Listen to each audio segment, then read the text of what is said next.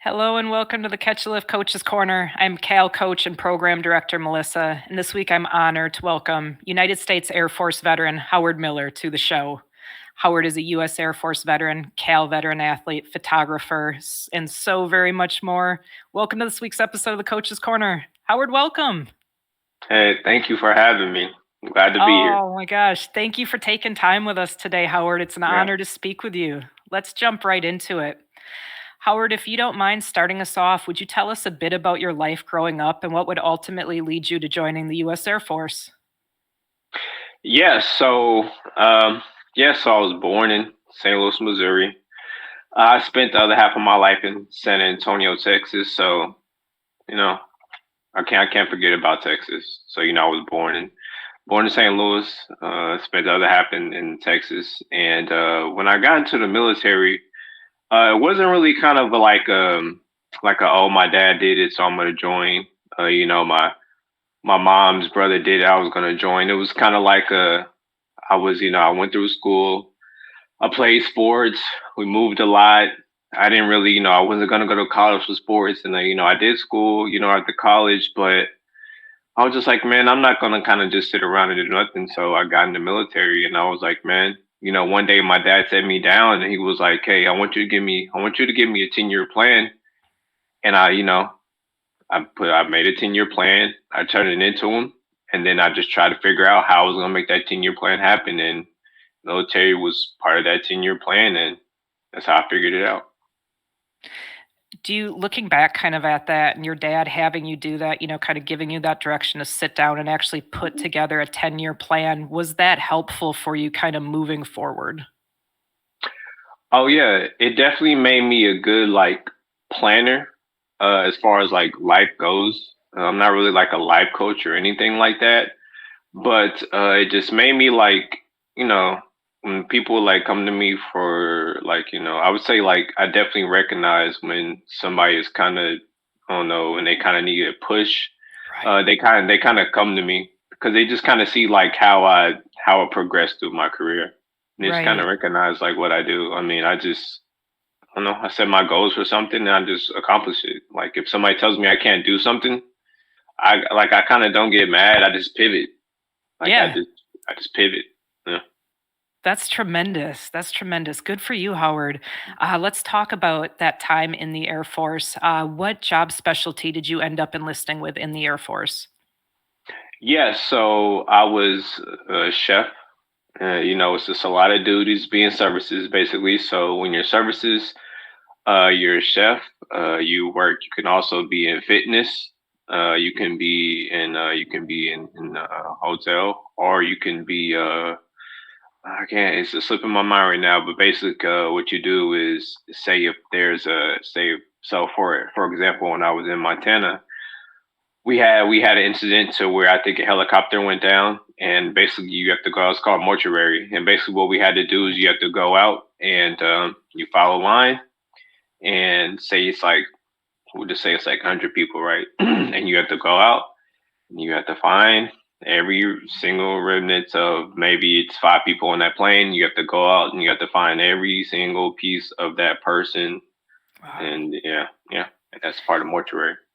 Oh my gosh. So right, so you were a chef, but you were also doing all these other service type duties during your time in the Air Force. That's really interesting. What was kind of like the train up for that, Howard? Yeah, so when you're in tech school, you train on all that, but when you get to your base, you kind of figure out what you're going to do. And when I was in, we had to train on all those, but I was a chef, and when I got out, and so I did 4.5 years active duty, and then my last two, I was reserves, and I worked. I went back home to St. Louis, and I got to work in the gym. But yeah, Oh, very cool. yeah. But the 4 years that I was a chef, I was in Montana. And when I was in Montana, I worked at a missile silo. So that's a very, very unique thing that you did working at that missile silo. And we've never had the pleasure of talking to anyone that has done that, worked at a missile site. Howard, talk to us about that experience and just kind of take us through even like what is the culture like to be on a base that is a missile silo site? Yeah, so working in the missile silo, and which is wild, kind of like a side note, is like I traveled more outside the military than I did inside the military. But working in a missile silo, man, it's like you travel all the time because being that I was in Montana working in a missile silo, my site was 2 hours away, and we worked like 3 days on, like four days off. So like I'm you know those 3 days on, I'm having to travel 2 hours there and 2 hours back. Yeah. So and that kind of, and maybe that's kind of like why it is how I am now. Like the job that I work now, I have to drive 45 minutes to work, and it's like nothing. So Yeah. maybe that, yeah. So but yeah, so basically like kind of run like through a day Yeah, of that'd be going. great. Yeah. Yeah, so so we wake up in the morning. We kind of get briefed on kind of what's going on, what we're gonna do.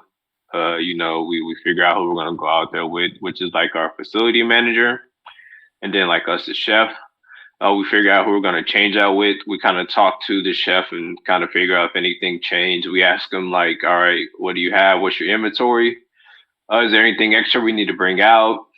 Did anything change? Just kind of get the lay of the land or whatever. Right. And then we go out there, and this is Montana, so it's snow. Like we get snow, we get wind. It's flat. People don't think about that in Montana. It's just Right. like Chicago. They call Chicago the windy city, but at least in Chicago you have buildings. In Montana, It's a there's good no point. buildings. Yeah, there's This no is buildings true. in Montana, so it's very windy and it's snowy and yeah. So I'm not gonna get off on a tangent. We could talk a little bit more about Montana later. But anyway, Oh, so definitely. so so after you do your debrief or whatever, you're driving out there for like 2 hours, just kind of laying. I'm usually falling asleep because it's a long drive. So you get there and you have to do like these. I think we call that call signs. You sit there because like it's a missile base. Remember, so it's you know you have to follow protocol. Right. So you're calling in to security forces who's behind the gate, and they have to do their due diligence and stuff. And then so in the car it's you, the FM, and then you're with two missileers, which is with our two officers. Okay. So you're doing your call signs in, they let you in, and then the two missileers they go down below and they do their changeover. And I go in the kitchen with the chef. We do our changeover, and the FM goes and they do their changeover. And then security forces, I think they usually come after or before us, never at the same time usually, because they come in a whole convoy and they do their whole changeover. And then once we do our changeover, then that's kind of how it shifts. And then while we're there for our 3 to 4 days, depending, especially if it's snowing. Right. And yeah, and I never did get my helicopter ride. So the helicopter ride comes if it's snowing, and say like, okay, you've been there for like 4 days, you might be going on your fifth or sixth day. You're supposed to get your helicopter ride. I never got mine. So, but yeah. So when you're there, basically as a chef, you have to take care of everybody in that map. And usually we'll say it's like a team of like 20 like security forces, and you have your facility manager, and then yourself, and then you have the missileers down below. And basically, like the missileers, what they're doing is they're just kind of running through their like basically like I guess D-Day stuff. Right. Yeah. And then security forces, they're running through what they got to run through. They got to do their perimeter checks. They're running their convoys. And the facility manager, they just have to do what they need to do, just making sure the facility's kept up. And then me as a chef, I just have to make sure everybody's fed, and then sometimes we might have like a random like pop up from like a general or something, which has happened. So yeah. That's incredible. What was the actual experience of of cooking like that, on base at the silo, and like when you kind of even compare it to like now, like cooking you do with your family, like what kind of were the differences there and how was it handled? Yeah, so it's not really comparable, I would say. So the thing, so even cooking at a silo, from cooking Bayside to cooking at home to cooking with top chefs, those are four completely different experiences. Even cooking at a restaurant is a completely different experience. because when you're cooking at a silo, it's really like it's made to order, Okay. and it's really like think about like sack lunches kind of, and you have a grill, but it's that's really kind of how it is.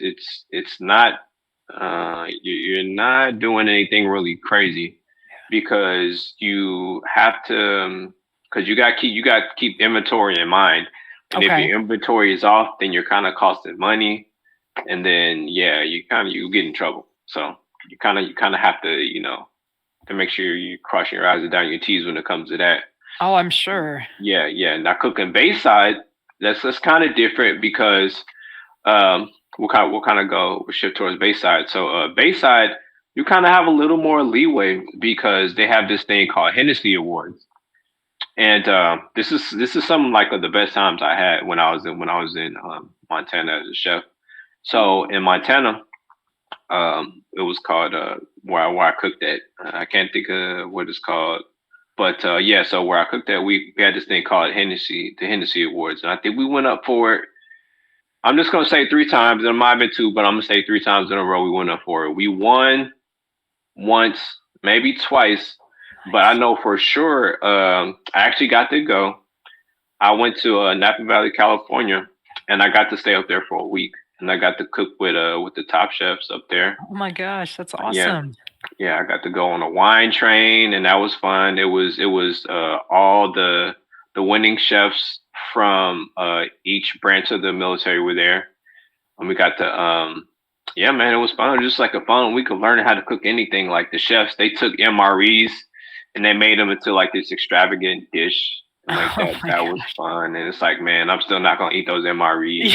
Yeah. Like, Oh so man, I yeah. bet they could dress it up, but yeah, I'm like, ooh. Yeah. Like, yeah, cool story, man. But nah. I'm good. I'm good. Yeah. And then, yeah, but yeah, that was fun. And then, yeah, just really that whole process, the whole Hennessy process was fun. Just like, all right, Hennessy's coming around. Everybody's kind of doing what they need to do. Like, and then just like the whole camaraderie thing and like the guys are coming, all right, Hennessy's coming, everybody get with, and then and then just so I would say it was kind of like I would say it was like a year and a half, and it just kind of shows you how much team matters and morale matters because as you know, you could be at the worst base, but if that management is good, it doesn't matter. It really doesn't Right. because when that management shifts, and it shifts in the military. Yeah. It can change, but yeah, yeah. Wow, that's incredible. Thank you for talking us through that, Howard. So very cool. Talk to us a little bit just about your time in Montana. Did you have any opportunity to kind of enjoy the outdoors while you were stationed there? Yeah, yeah, yeah. And I wish I was into photography then. I wasn't into photography at all, really, then. Like, but I definitely enjoyed some outdoors more later on. But most people when they went to Montana, man, I'm gonna tell you like this. So when I got out of basic training, they tell you when you get in the military, you can kind of go where you want to. That's only if you're getting in the reserves, you can go where you want to. But they're like, yeah, just kind of put where you want to go, your dream locations. So I'm putting all these places or whatever. And they tell me Maelstrom. I'm like, oh, okay, Germany, Maelstrom. Hey, okay, let's go. They're like, no, that's Montana. And I'm like, first thing that pops in my mind is like Hannah, Montana. Okay, I'm kind of making these That's jokes or funny. whatever. And they're like Montana. I'm like, okay, where that's at? And they're like West Coast. And I'm like, okay, California. And they're like, no. And I'm like on the map. And they're like, yeah, go. And like up. And I'm like kind of going. And they're like, nah, keep going, keep going. I'm like, yo, where am I going? I'm like, yeah, there, that's Montana right there. And I'm like, oh man, okay. So then, man, kind of, I get to Montana, and I'm like, okay, this is kind of wild. And then, I get there, and then it's like one of the nicest like like military hotels I've ever been to. Now, one thing I'll tell you, they put a lot of money into that base. To this day, hands down, that is the nicest gym I've ever been to. If I could, Really? I would just take that gym and just take it with me anywhere I could go to. Oh my Everybody I gosh. talk to from Great Falls, I'm just like, yo, man, I miss that gym. I miss that gym. Some of that equipment they have there, I've never seen anywhere else. That's incredible. Never. Yeah, yeah. But yeah, so I got to go to Glacier National Park. That was fun. We spent like a whole day and a half there. We hiked all the way up. We didn't get all the way to the glacier because my wife was like 3 months pregnant at the time we had my son. I wish I had the mug with me. I would show you. But yeah, I had my son on the carrier. He was like I think like 2 or 1.5 at the Oh, time. wow. And my wife, I didn't know she was gonna keep up with me, but she was right there with me at the That's time. awesome. And then like we're kind of trekking up the mountain, and these people they you could tell like they done this before. They're like running down the mountain. Yeah. I'm like, oh, don't y'all know that's like y'all not coming back if y'all Right. don't. Yeah, so yeah, like so we kind of almost get to the top, then we go back down, and then man, I mean, well, we had fun out there, and then I think probably like my last 2 months out there, probably my last month, I went whitewater rafting. That was fun, and then I don't know, and then we went to Butte. That was fun. We went to see this. We had to because so Netflix was kind of a thing, but not really. So we had to actually travel to go see the Kick Ass movie because they wasn't showing it everywhere. So we actually like went to Butte to go watch it.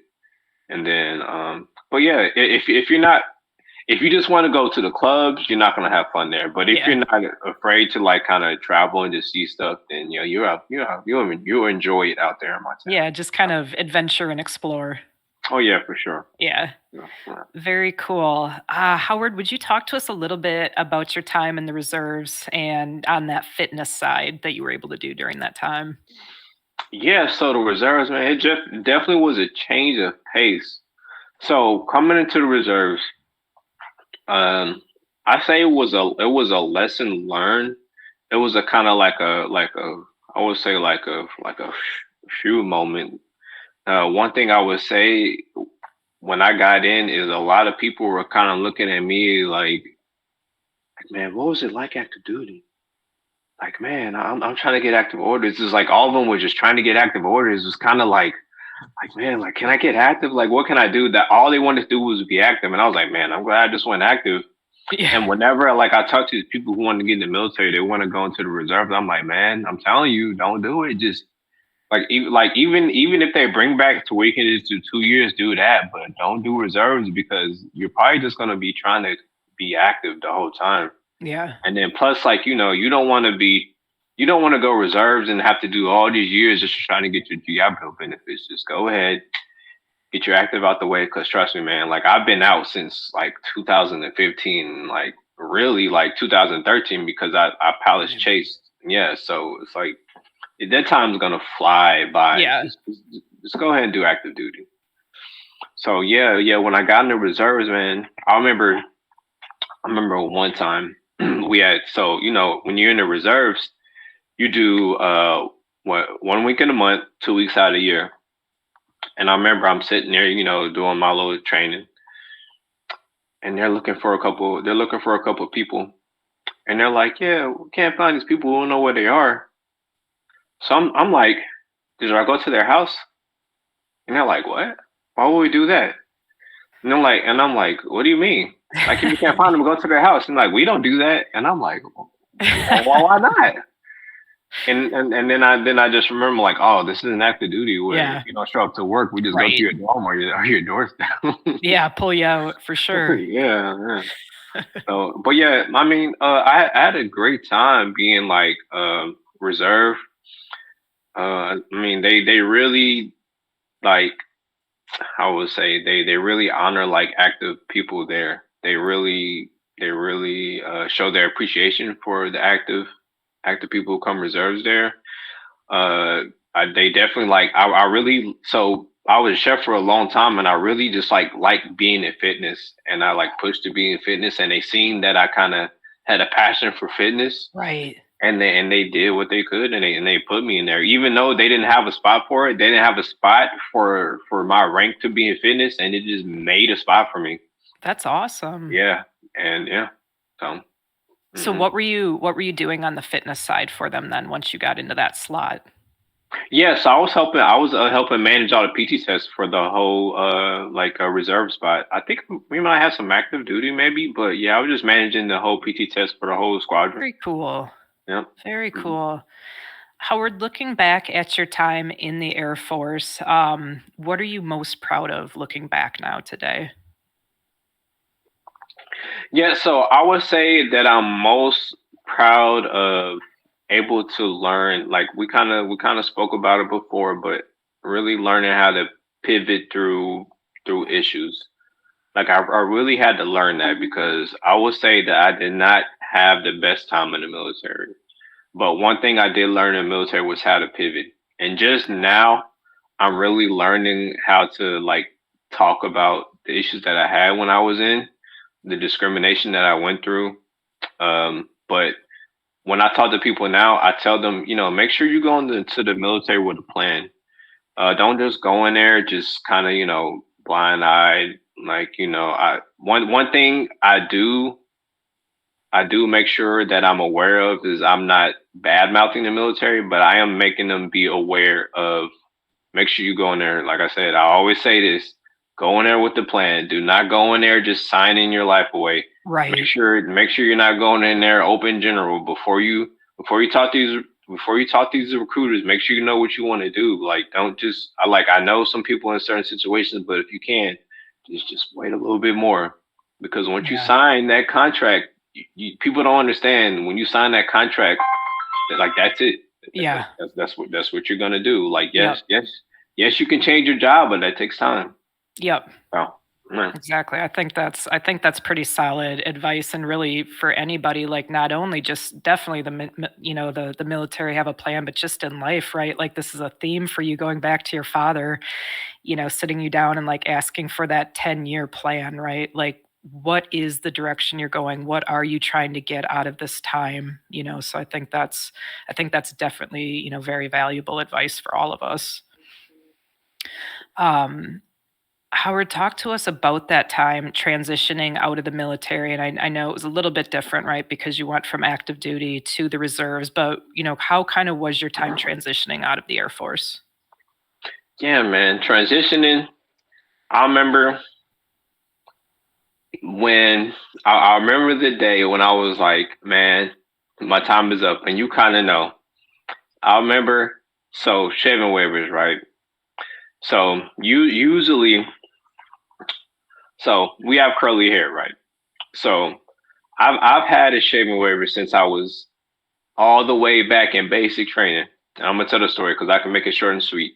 So I had a shaving waiver all the way since I was back in basic training. I remember we talked about leadership and how leadership can change. Right. So this is one of those times where leadership changed. I had a shaving waiver since all the way back in basic training.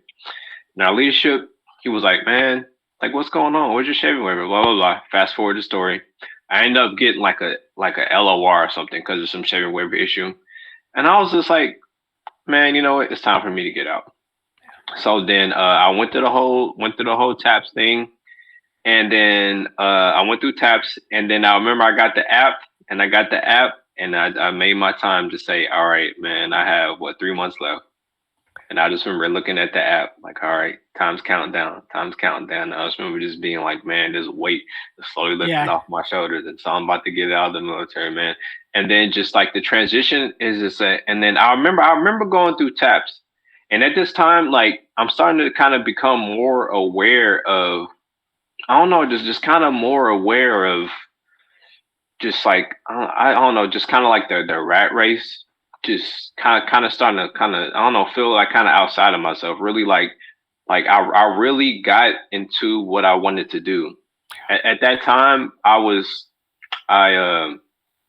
like the tuition assistance. I had burned through my tuition assistance because of what I was going through in the military. I was so focused on what I wanted at the time. So originally, my plan when I got in the military was to be in the IT, but they put me in to be a chef. So I think I think probably like a year in, I started going to school. Probably like I would say like 6 months in, once I got everything kind of settled because I got injured and stuff. And Okay. then like going into like being a Mr. Chef, there's a lot of things you kind of have to do. So I was busy, real busy. So once I got settled in, I started going to school. I was so motivated by what was going on with me. I burned through my tuition assistance. I had to delve into my GI Bill early. So by the time I got out of the military, I barely had a year left of school. So by the time I went to TAPS, the things that they were telling me in TAPS, it just kind of, I don't know, like TAPS was kind of helpful to me, but I don't know. It just kind of, I don't know. For me, it was just kind of like days off of work for me. Yeah. But the transition, I was just glad to get out there. And then when it was finally time for me to out process, man, out process probably like in an hour. I know I broke the Guinness Book of World Records for out process. Man, I was gone, man. I was out of there. Yeah, Uh, but yeah, yeah. I was The out of countdown was up. Yeah. I like there. it. I like it. Um, so Howard, you did go on and you went to school, like you talked about, but you went to school at AMU and Webster. hmm What was your experience like going through school and getting your degree? Yeah. So one thing I learned quick about school is, especially with IT. So the thing about IT, it's so when you're interviewing, and I learned that quick, is it's really about not so much about your school, but it's about your experience. And I think it's changed because I remember when I was interviewing, they're just like, yeah, man, I see your schooling and this and that, but what's your experience? That's all they wanted was experience and experience. And then so that's when, and then when I was, so I kind of, so what I did was before I got out of the military, I kind of started interviewing early just to kind of see what kind of feedback I would get. And that's when what I did was I just did all my IT courses first so I can bring that to the table when I interview. Okay. Yep. So, so then because I knew that's what mattered. Right. So then when I remember like my I forgot what they call it, but the person, whoever like was my who was talking to me from the school, she was like, "Hey, are you gonna do these electives?" And I would just be like, "Ma'am, I don't need these electives. I can't put these on my resume." I've been out here interviewing, and these people, they don't care about these electives. They Yeah. just want these IT courses. So yeah, I'm going to school, and it's, I wish they didn't do it, but I understand. So the thing about online school, it's good because they have these accelerated courses. Right. But Yep. the thing that's kind of annoying about it is you have to like do the work, and then you have to reply to like 10 people, and then you have to reply to their reply 10 times. And I'm just like, man, can I just do the work? Yeah. So then I miss being able to go to school, which I did at Webster in St. Louis. So I do miss that, but I don't miss the replies at AMU. Right. But yeah, man, Very true. I was just so focused going to school. Like I said, when I got out, I barely had a year left.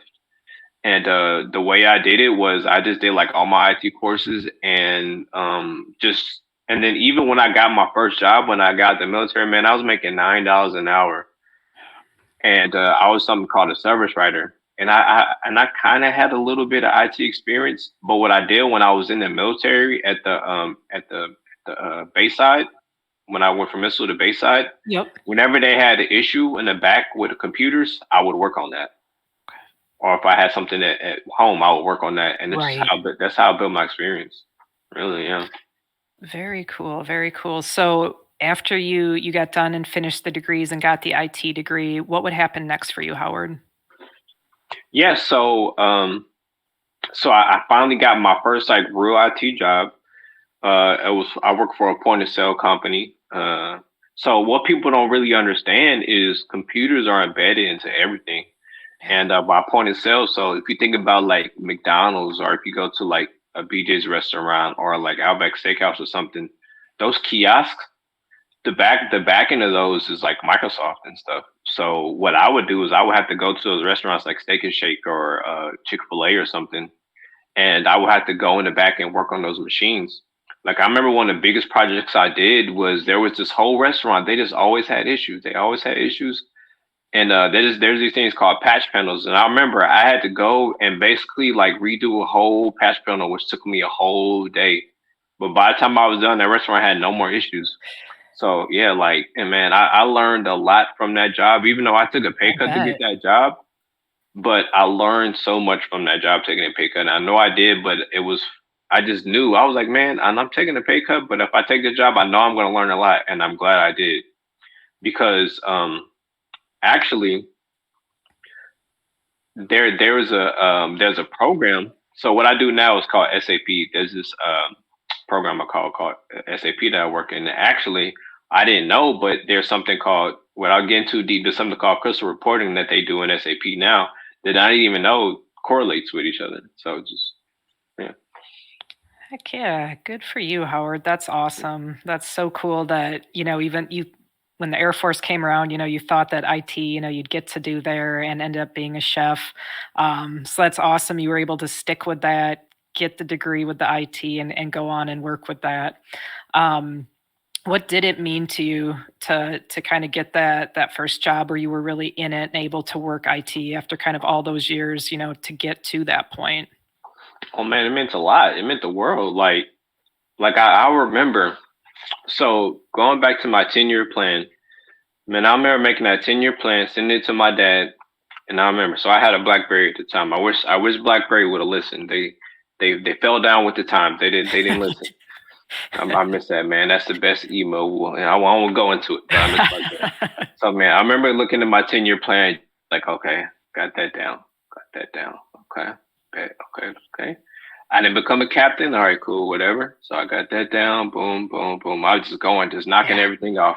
And then I remember getting my first IT job and just being so happy, man, and just like, okay, we got that.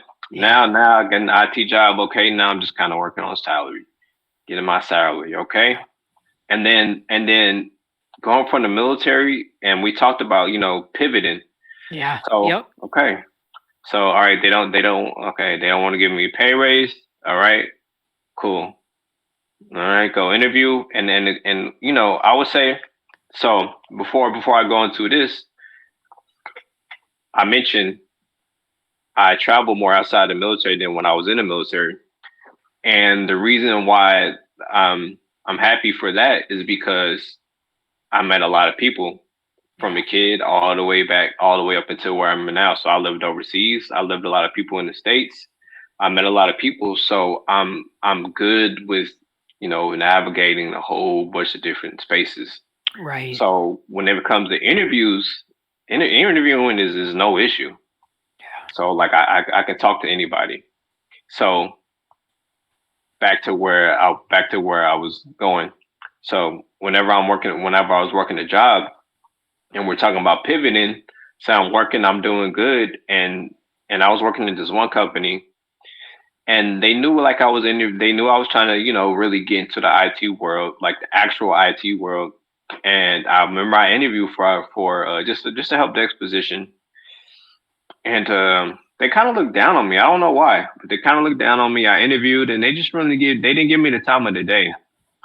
And then I felt that after the interview, and I was like, okay. And then they didn't respond to me for a very long time. And I worked for that company and I remember when I worked for that company, it was probably like five of us on that team. And by the time I left, it was like 30 of us. And then I was like, okay. So I left that team. I left that company actually.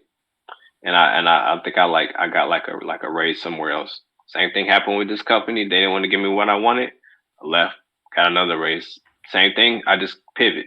This Yeah. is pivot. This career pivots, and this I don't know. Going back to the thing, pivoting. That's Yeah. just gonna be the subject of this. Just pivoting. Yeah. Yeah. I like that. I like that. I want to shift gears just a tad on you here, Howard, because a big passion of yours that's really developed is photography.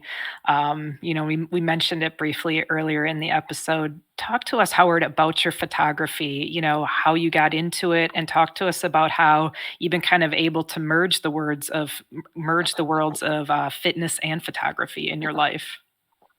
Yeah. So photography. So the way that started is it kind of started back when I was a kid. So I grew up at the time of like Michael Jackson and dancing. So I danced like my whole life. And when I lived in Texas, there was this movie that came out called Rise, and the Rise is kind of like the start of like when people started doing this dance called Crump, and now Crump is everywhere. So I even have it on video. The very first time I ever attempted the crump dancing was at my prom in San Antonio, Texas, and it's on video. I looked horrible, but I tried.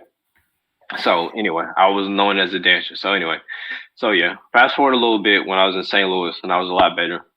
And we were trying to like we wanted to get good footage of us dancing.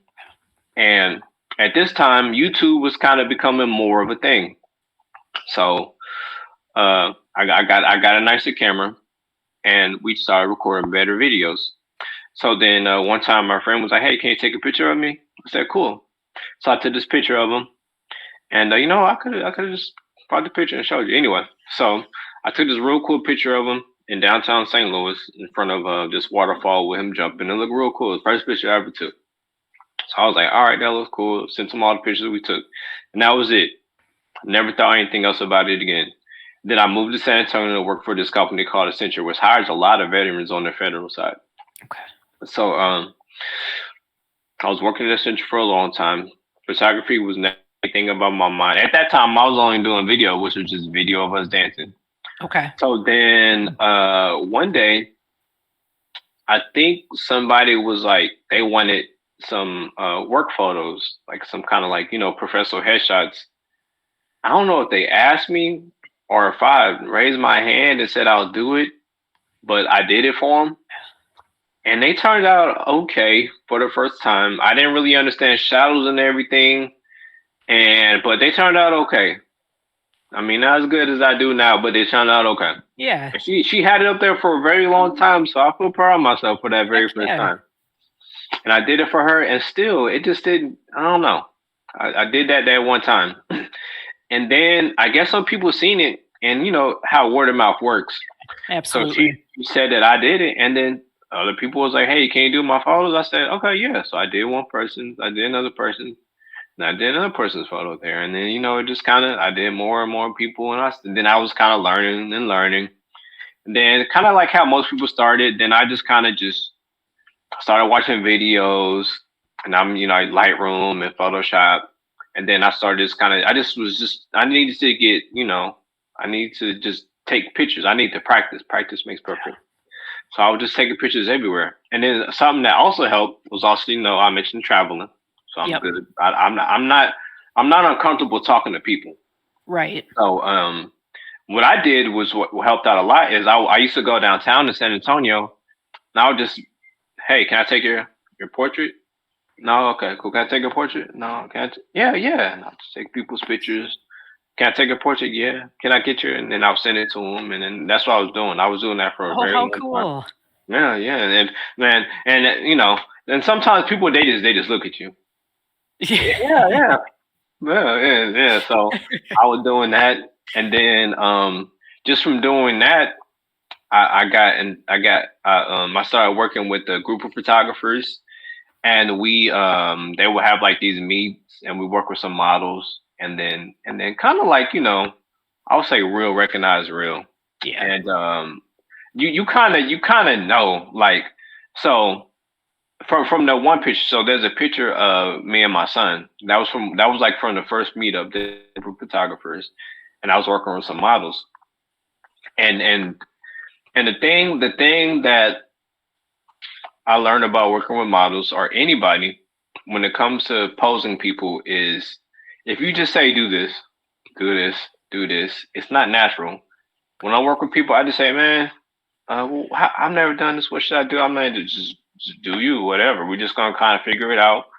And like whatever natural movement you do is what's gonna look the best. If I sit here and tell you to pose, it's gonna look like you're posing. Yeah. And that's kind of how it works. And it kind of sucks, but I started building a lot of momentum in San Antonio, but I got a job offer out here and I had to go. And but then when I moved out here to Mobile, I tried to work with this local modeling agency, so I wouldn't have to move so much.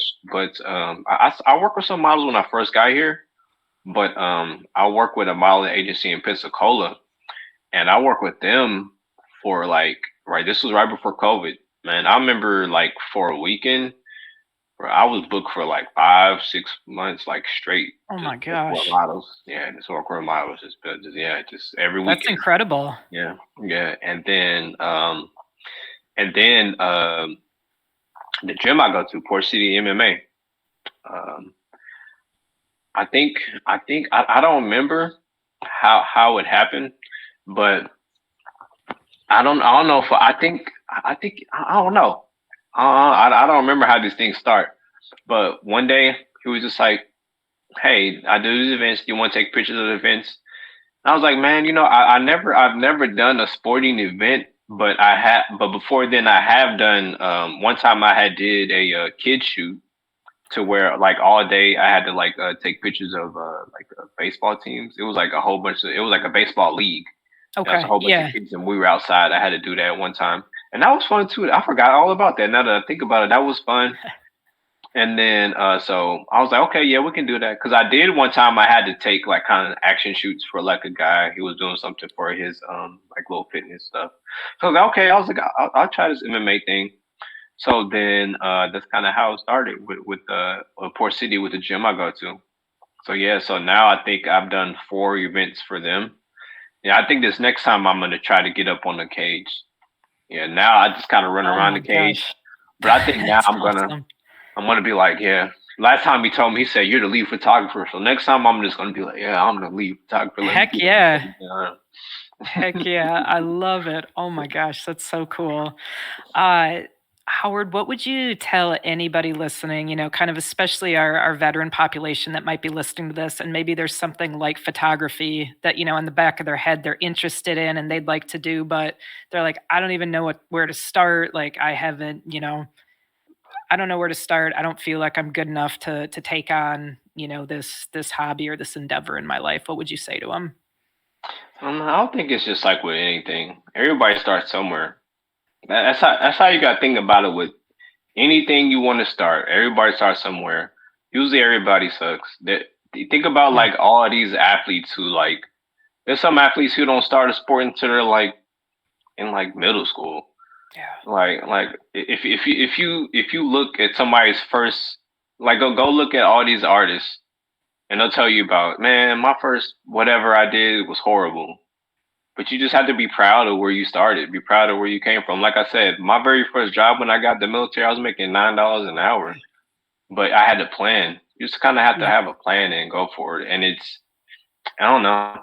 Yeah, you just have to have a plan and go for it, and have a backup plan and go for it. It's just, and build like in there's communities out there, especially Yeah. if you're a veteran, man. There's veteran communities out there, This and is reach out to true. Yep. people. Just, yeah, reach out and it's.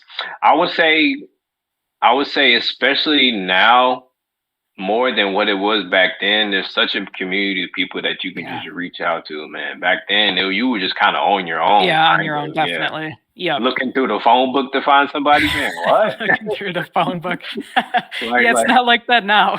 yeah, like our Love it. generation, we had the worst of it and the best of it. So, Yeah, we saw it both. That's we have both. hilarious. I love it. Thank you for talking on that, Mhm. Howard. Would you talk to us a little bit about your personal fitness journey and where you're at with it now?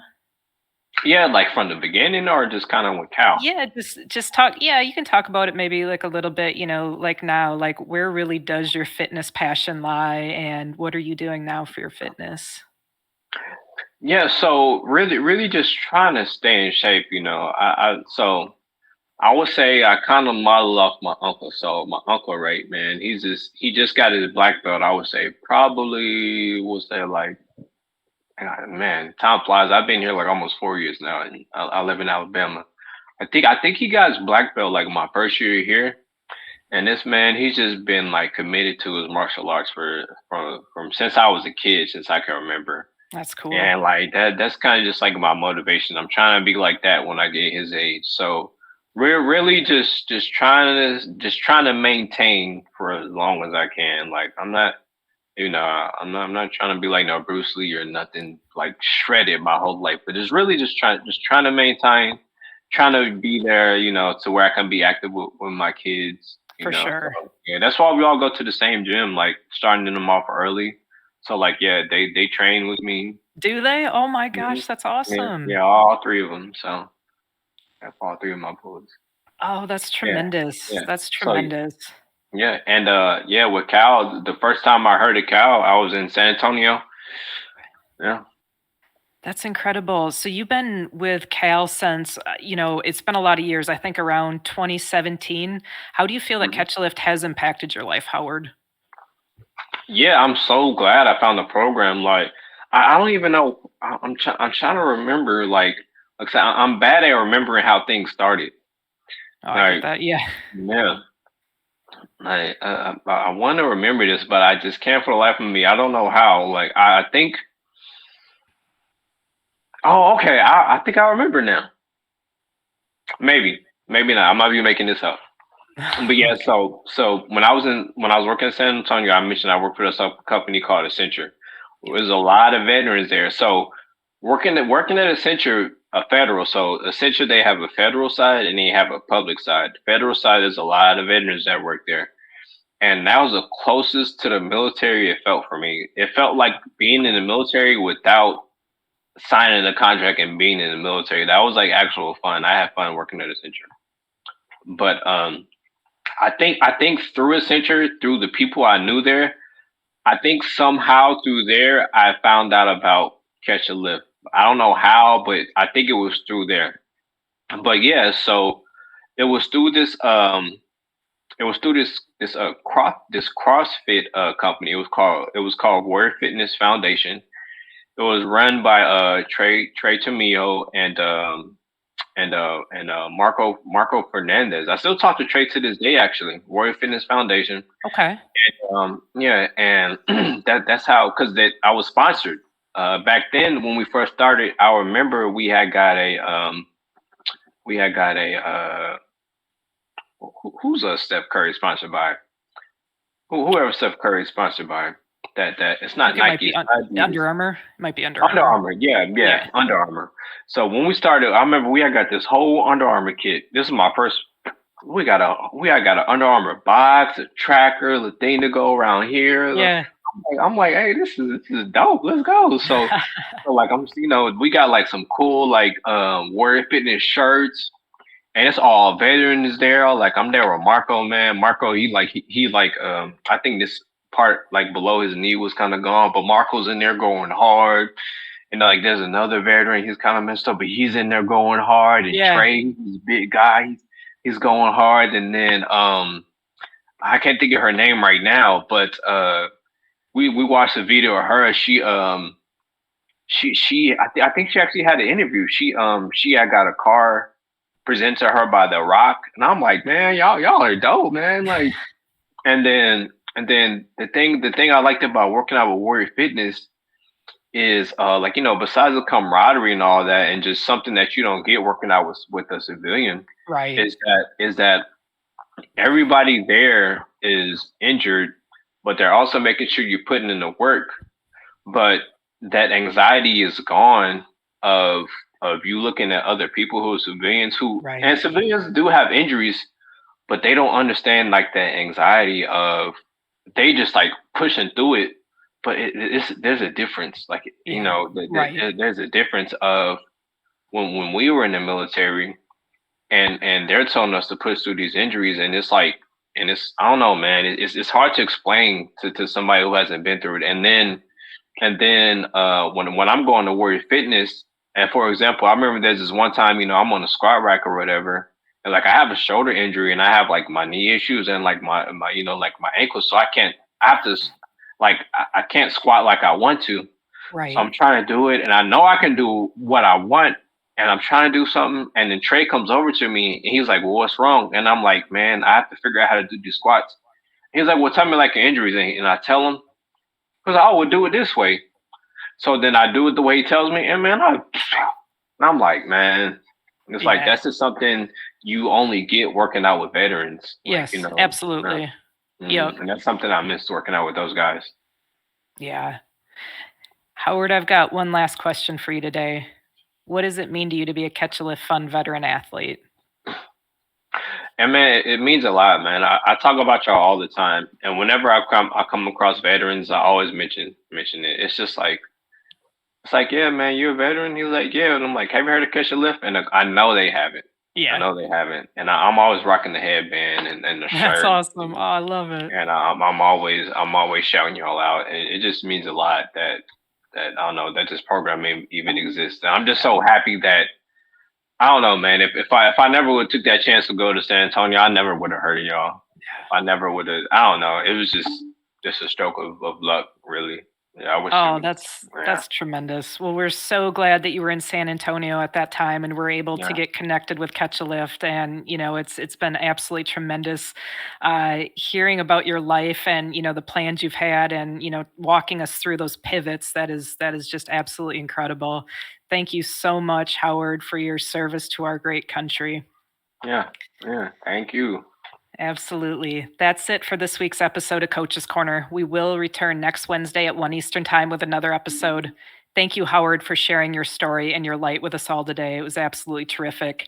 Thank Thanks. you to ID Technologies for your support of this podcast.